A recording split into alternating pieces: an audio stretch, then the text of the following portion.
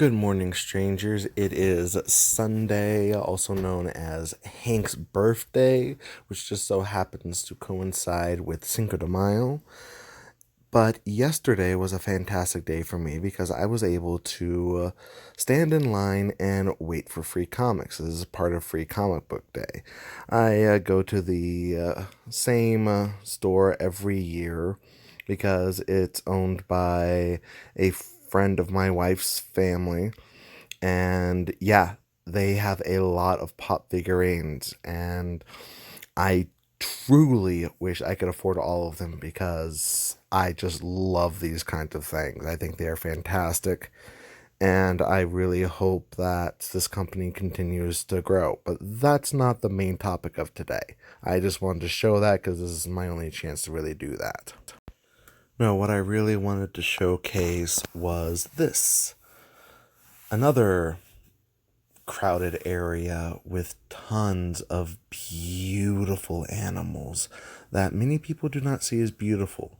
Here we have plenty of snakes, and that's what I really wanted to focus on today. Now, if you can, please read the names of these snakes because they have a very interesting thing about them because they are all kind of the same type of snakes. That's not entirely true, but these are mainly ball pythons and constrictors or boa constrictors. It's not entirely true. We have plenty of rattlesnakes there as well, but for the most part, these are what I like to think of as fancier snakes. Like you just saw what is known as a pied, which is a snake that has like a white coloration along with their normal coloration for that kind of snake. And just looking at all of these and stopping to watch my wife pet a bearded dragon, which is kind of awesome. We used to have a bearded dragon when we were living in Salt Lake City, and we had to get rid of it when we moved, but these animals are beautiful. We also saw some frogs, and inside of there, I'm not sure if you can see or not, is actually a snake, or not a snake, a spider.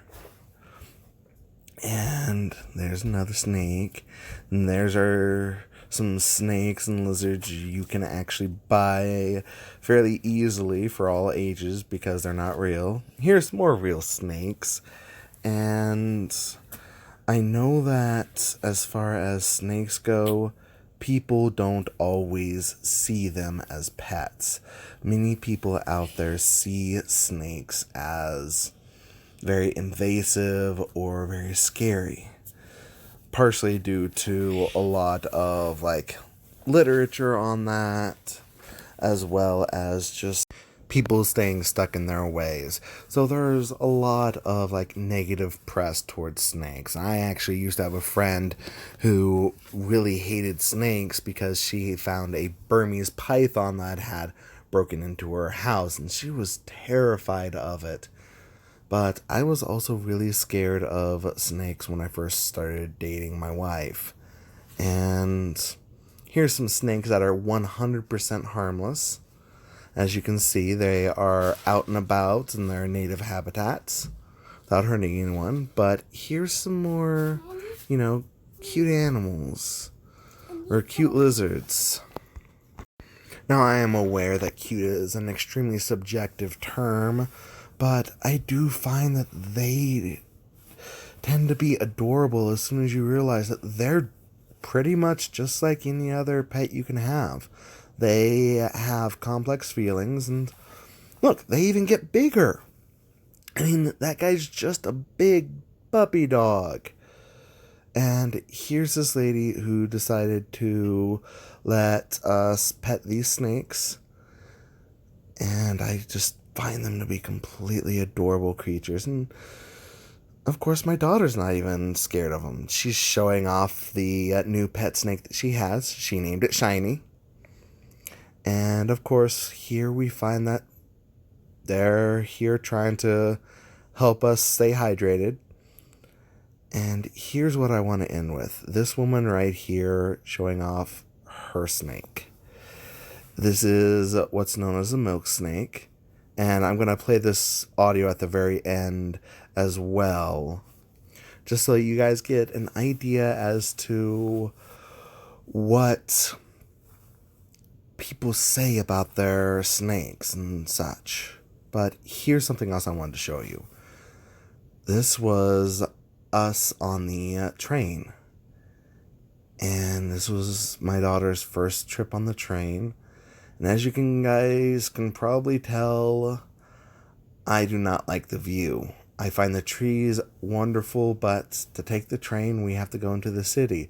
We cannot take a train outside of our city. So we are trapped in the man-made world again. And to go from these beautiful creatures to the man-made world once again, always feeling trapped, always feeling as though we have to stay there without being able to escape, despite how much we want to.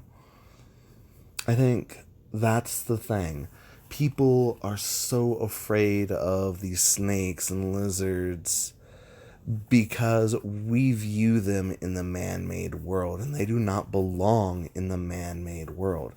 They belong in these wonderful places that nature has already created for them. Now, I still believe that pet snakes are wonderful creatures, especially when they're snuggling right up against me, enjoying the feel of my beard, and like, if you haven't experienced a snake snuggling you, like truly snuggling you, you're missing out. But I think I'm going to leave it right here with the woman who is talking about her snake. And just think on how she feels on the snake as a whole, because it's kind of fascinating. He was named so that we could put him in a shoe, take a picture, and say there's a snake in my boot. You want to try to pet him? You want to just use a two-finger touch on his back? He gets a Two little fingers. squirmy because he wants to go explore. You gotta be extra gentle, remember? There you go. That's gentle. Oh, that is perfect. We will see Marilyn tomorrow and maybe the rest of you next week. DFTBA. Bye-bye.